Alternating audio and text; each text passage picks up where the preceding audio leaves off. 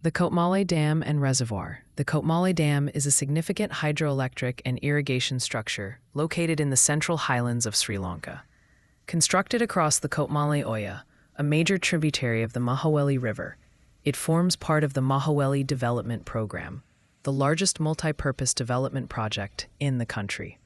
Commissioned in 1985 and completed in 1989, the dam stands at approximately 87 meters in height and creates the Kotmale Reservoir, which spans an area of around 674 hectares.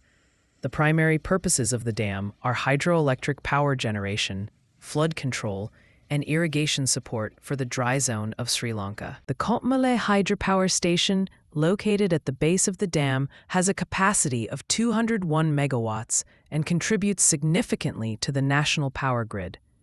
In addition to its utility benefits, the project had to carefully balance environmental and social concerns, as it led to the relocation of several communities and the submergence of historical sites. Today, the Kotmale Dam is not only a key component of Sri Lanka's infrastructure, but also a symbol of engineering achievement and sustainable resource management. It continues to support the country's economic development while serving as a reminder of the need for responsible planning in large-scale projects.